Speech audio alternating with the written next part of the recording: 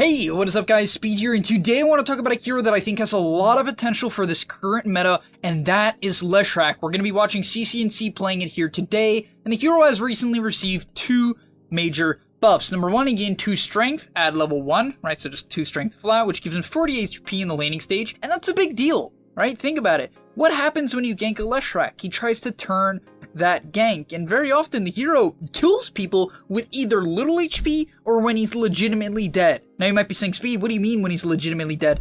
Diabolic Edict, if you turn it on and you die, it still goes on. It goes on from the spot where you've died. It's the same thing as Sand King ulti. If you kill a Sand King but he's already gotten off his ulti, it will keep going even on his dead body, and you know, Edict works the same way. So something like 40 HP can really make the difference in the lane. It really does. On top of that, he also got 25 more radius to his ultimate, and obviously that is simply good. Now, the first play we're going to see him making, I really love this. Anytime you have a mid laner who can contribute to the rune fight, what you want to do is like the video, absolutely destroy it. Did I get you guys? If I got you, you have to. Come on, you have to like it. I spent time thinking of that. You have to. Nah, but in all seriousness, I love the fact that he's just willing to show up here. It's very important to do that. Even though his rune ends up getting denied and they don't end up getting a kill, at least he doesn't end up getting a kill, it's still very worth it to help out his team secure first blood, which enables Clockwork to have a very good game. Did you know that Game Leap is currently 50% off? If you use the discount code DOTA50 right now, you're going to get 50% off. We don't do this all the time, and so really your best opportunity to get to the next level, to break through the current rank that you are and start to understand Dota on a higher level is right now. So you need to click the link down below, use the code DOTA50 when you go sign up, 50% off. That's crazy. That's half off. And now let's get into the video. Now getting into the laning stage as Leshrac, this is where things get a little bit hard, and I think this is a large reason why the hero has a very low win rate. There's a couple of things you can do, right? So you can max out your Edict early on and play for roaming, right? Go for ganks, try to take towers. Or what you can do is what CCNC is doing here, which is putting a point in Lightning Storm at level 2. Now, the reason why you want to do this in a matchup such as Void Spirit Leshrac is not only for the pressure, right? It's good, you do a bunch of damage, it allows you to pressure out the Void Spirit, but it also, and most importantly, allows you to secure CS. Now, the stun does that as well, but it has a long cast time, and it's a much shorter range. So the point in the E is against heroes with high damage, you should be using it to secure CS. The next thing you want to do is rush a bottle. I really am fond of this idea. Can you rush a Null Talisman? Absolutely, as he actually picks up a kill onto the Void Spirit. Pretty insane. That's just a really good job baiting out stuns. In fact, I'll cover that in a second. But you want to rush a bottle just because Leshrac is a trading hero. What you want to do is spam your spells and run out of mana as fast as possible. Now you might be saying, Speed, come on. I'm not just gonna spam my spells on the ground and waste mana, right? No, but what you want to do is anytime your opponent is looking for a CS, you want to look for a stun, right? Every single time, look for it. It's much easier against melee heroes such as Void Spirit, but you can see he wants to contest this melee creep, right? Just, he's thinking about it, and because of that, he's able to clip him with the stun. Also, when you're playing Leshrac, always cast the stun behind them. Are there situations where you're getting run at and you need to cast in front of you? Yes, but in the lane, usually if people see your animation, they will turn around and try to run. It's a natural instinct, and that will allow you to connect on a lot more stuns. So we are going to see CCNC do 2 very important things. Besides just getting the bottle, he's going to buy 2 mangoes and drop all of his stat items before buying it. Then he's going to pick up a null, he queues up a stick as well, and basically to go behind Leshrac is to become very tanky. You need to buy a lot of stats, and then you're going to brawl or farm with these stats. And you know, this is the very simple method for, frankly, most of these intelligence heroes in the early game. Also, you will note that he has 2 points in Edict, and that's really why I'm trying to emphasize, guys, this point in Lightning Storm is to secure creeps and chip people down in the lane. It is not the spell you're likely going to be maxing out. It is the spell you would max out in the past, like in TI5. But Edict is just, it's so valuable. It gives you things that no other hero really has. You just kill anyone you want and take any tower you want. Upcoming here, I really love the efficiency from CCNC, and let's cover this clip. So, what he's going to do is he's going to push out the wave that spawned at 4:30, right? So you push this wave out as soon as possible. He nuked it, he cast some spells, and then after that he's going to run to the small camp, farm that, right? Contest the rune, gets it. Actually, oh, there was a rune there from the start. I guess that's the next level strat, just never pick it up. so your mid laner can get a bottle. Maybe that's somewhat legit, actually. I never really seen that, but huh. And then, even though that wasn't, I'm assuming, intentional, he's able to get that rune, use his bottle, and frankly saves the rune. typically what you'll do is farm the camp, pick up the 5-minute rune, farm the camp again, then go back mid. In this case, it's kind of an exception, but I hope you guys get the point. The next thing I do want to mention as well is that he's going to gank the top lane. Now, a lot of people might be saying, well, why doesn't he just go run mid, right? Why doesn't he take advantage of the fact that Void Spirit is level 5? Well, first things first, he's almost level 6, which then makes it very dangerous for Leshrac to be anywhere close to mid. One rotation from any hero can secure the kill onto the Lesh. But most importantly, it's just dangerous. Like, taking this tower is purely dangerous. It's very hard to actually dive anyone as well. They'll always be able to kite you because it's under a tower, and so instead what you can do is simply walk to the side lane. In this case, he's actually just going to straight up run at the Arc Warden with the help of the Darkseer. Now, he does end up going down. Unfortunately, he did miss his stun, which cost him his life there. But you guys can see he understands early into the game his role in the match, and that is so important. You have to know who you kill before the game starts. So if we look at the enemy team, does he want to gank a Legion? Maybe. Maybe if Void is Chrono, it's actually a pretty free kill. There you go. In a lot of games, you do have to be careful about ganking a Legion as most heroes because she's really fast and tanky, but in this game, we can do it. Then, the second thing he wants to say is, can I kill a mid laner? Not really. Especially if he's going Dissimilate build, it's too hard to catch him, so that's not really an option. And the last option is the safe lane. Can I gank an Arc Warden? Absolutely. So he ganks the Arc Warden. Also, it's important to note your teammates. Does a Darkseer and a Clockwork help me kill the Arc Warden? The answer is yes. Surge is such a good ability for him to be able to actually kill the Arc Warden, and that's what you guys need to do if you want to become an efficient ganker in the mid lane. You need to know exactly what your teammates do and if they can help you before the game starts, and so when you gank, you've already made the correct play and you are not ganking a useless lane. Now let's get into items. Items are so important on Lesh. I see people get it wrong all the time. Literally all the time. So you see what he's going here, guys? He has a wand, he has raindrops, he has a null, boots, bottle, and a windlace. A lot of small items. And I mean a lot, because Leshrac needs them. If you do not buy these items, and you rush Mana Boots, you will have 800 HP and explode like a balloon. It's actually pop like a balloon, but you guys get the point. Now here he gets gone on, and this is the power of Leshrac. He actually can look to turn here, right? Now he ends up going down. You can see that he slightly overcommits, but why does he turn? Let's talk about it. There's a very specific reason why and when he turns around. So he turns on Edict, and he knows right here he has the tower buff. The tower buff is a big deal. You get the regen, the armor, and most importantly, he knows that TPs can come in. So once they commit here, he knows he can turn. He has maxed out Edict. It's one of the strongest abilities in the game. It allows you to 2v1, and he has his ultimate on, and because of that, in combination with his stats, he can man up here. The one mistake he made is he did not cast his Lightning Storm when the Legion was approaching him, which is a slight mistake, but you can see the Edict stays on when he dies. I mentioned this earlier, look, the Edict stays on when he dies, and because of that, the Legion kept ticking, and the Silencer is able to pick up, actually a full return kill, which is a big deal. Nearly gets the Void Spirit as well. So make sure, if you get ganked, don't panic, right? When you get ganked, do not panic. It is very, very important to cast your Edict and turn on your ulti. That is how you defend ganks as Leshrac 100% of the time.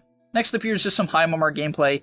I love seeing this. You know, this is something that just top tier players concoct. They know what heroes they can work well with, so the Void is going to shift over to mid, and that's the only reason why CCNC dives here. It is, right? If the Void wasn't here, he wouldn't do this. It would be way too dangerous.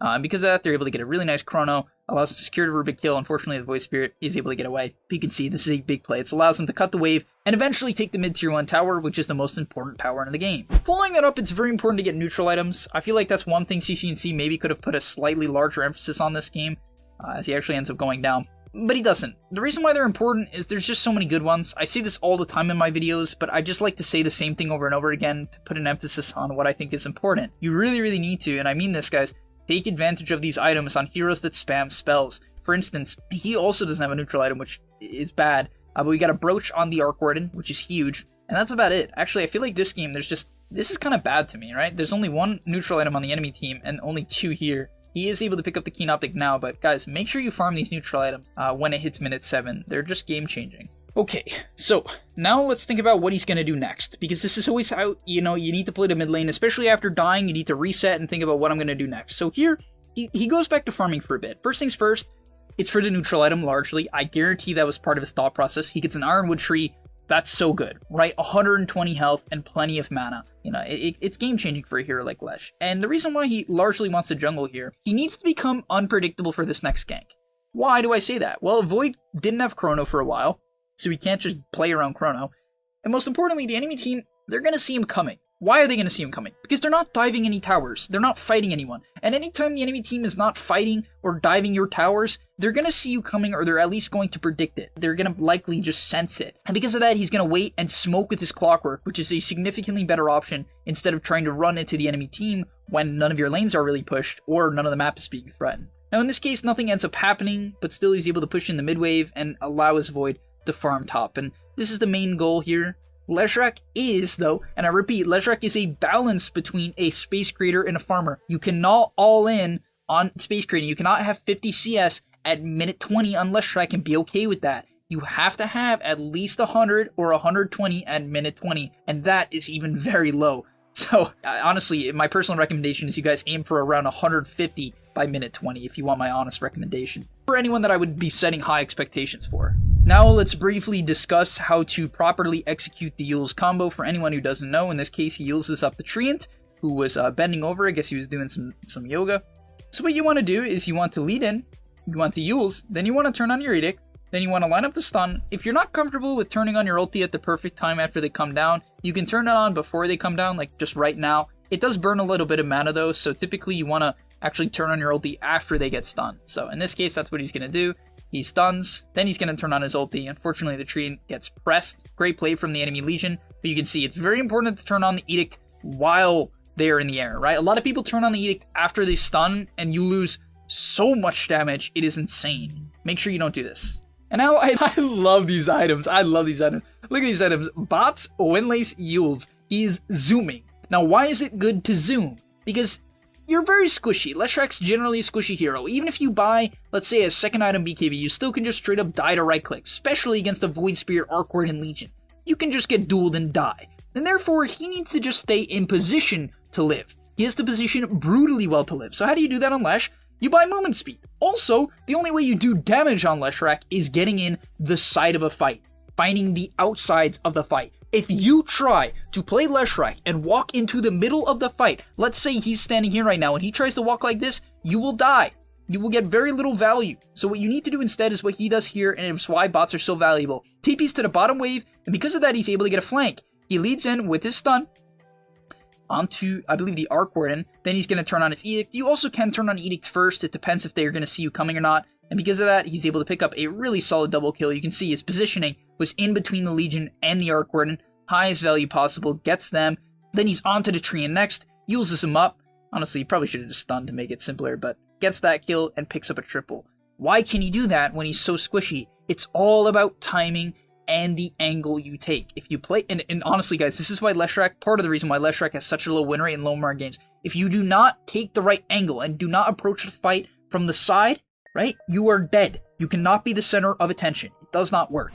Alright, skipping quite a bit ahead, I want to talk about a couple things. We'll go over talent builds and the item choices as well. So first things first, he picks up the 4 armor talent at level 10. Split Earth Radius is, you know, it's okay. But against an enemy team comp like Legion, Arc Warden, and Void Spirit, you know, armor is very, very valuable. Also, he doesn't have any armor items for a while. It's pretty typical on Leshrac, because the thing is, on this hero, you need a BKB at some point. You need a ton of mana, so you really want Bloodstone, and you really want the Bloodstone active. But the problem is, none of these items give you any armor. Even Yules, you don't have any armor items. And therefore, you kind of need the armor talent. You might be saying speed, why doesn't he buy an early Shivas? Well, it just doesn't give you a BKB, which is more important, and it doesn't give you any mana regen, basically. And so it's just not enough, right? You can buy Shivas after, potentially. This game, it looks like he's going for the Lincolns, probably just for the Legion duel. Well, definitely just for the Legion duel, but you guys can, you know, see the point behind that. Then, at level 15, he's going to take 12 strength. Pretty good. Level 20, he's going to take the Pulse Nova damage, and then at level 25, usually you'll just be taking 30 Diabolic Edict Explosions. Just a very, very strong talent. Yeah, but getting to the items, he wants to go Yules, into Bots, into Bloodstone, into BKB. If you don't know what items to go, these are the ones to go. You do not really have to switch it up. Sure, there are games where maybe a Ghost Scepter against, I don't know, like a Jug who constantly is Omni-Slashing you can be good, but usually Yules is the item for those sort of situations. But if you don't know what to go, just go the items that I just told you. They work for every single game quite well. Now, getting into this point of the game, Leshrac actually becomes more of a distraction than anything. Your goal still is to play the outside of the fight and find a pickoff. That's basically your goal for the entirety of the game. You want to find someone who you can get a good edict off onto, stun, and blow up. But that's very difficult, and so at some point in the game, really you're kind of just becoming a distraction, right? You largely want to become a distraction because you do a lot of damage, but it's very hard to get into the fights. And so when you buy a Bloodstone and a BKB, and even an item like Lincoln's and have an Essence Ring and a Cheese, your goal is to tank a lot of damage while creating chaos. And Leshrac is really good at creating chaos. Even in this fight here, he's taking a lot of damage just from being around the fight. However, he was creating chaos. He also was taking a fight beforehand to this, where he prevented a lot of split pushing, and that's another just a general tip as Leshrac. You are the hero that pushes out lanes. You are the hero that defends split pushing. Leshrac is really good for that reason, and it's actually a large reason why this hero used to get spam picked by pros. It still gets picked here and there, but he used to when its numbers were better and it was more popular. It was just the split pusher, just pushing every wave and picked off anyone who tried to deal with him. Yeah, that's going to be about all for today. I hope that gives you guys a couple of pointers about Leshrac. The main things I want to really note are the skill builds that he goes in the early game. In the laning stage, you have to, and guys, I mean this, you have to spam your abilities. Get the mana out. Learn to hit the stun. Learn to predict. Learn to pay attention to your opponent when they are going for last. It's going to allow you to land stun after stun after stun, and that's how you win the lane. You hit, you stun, you hit. Rinse, repeat, rinse, repeat. But thanks for watching. I hope you guys enjoyed. Give Leshrac a try. If you're going to, let me know in the comment section down below, and I'll see you in the next one. Peace. Before you leave, just want to say a quick message. If you're trying to get better at Dota or you just enjoyed that video, I know this is pretty general, and you're going to hear this quite a bit from me, but I recommend you sign up to GameLink.com. Why? Because I put a lot of effort into the content over there, and generally the effort I do there is different from the content you're going to see here on YouTube. It is different. In fact, I usually go a lot more in depth on topics or into niche topics that help you get to the next level even faster. Because on YouTube, I often have to keep it more mainstream. And that's even why I'm putting it at the end of this YouTube video. That's why this is at the end, because a lot of people just watch 5 minutes, they skip through just for like the dopamine spike. But if you are interested in actually getting better at Dota, I recommend you go to the description down below. Do not forget 50% off on the Game League website right now if you want to become broken. Absolutely broken. Go sign up right now. So I'll see you guys there, and peace.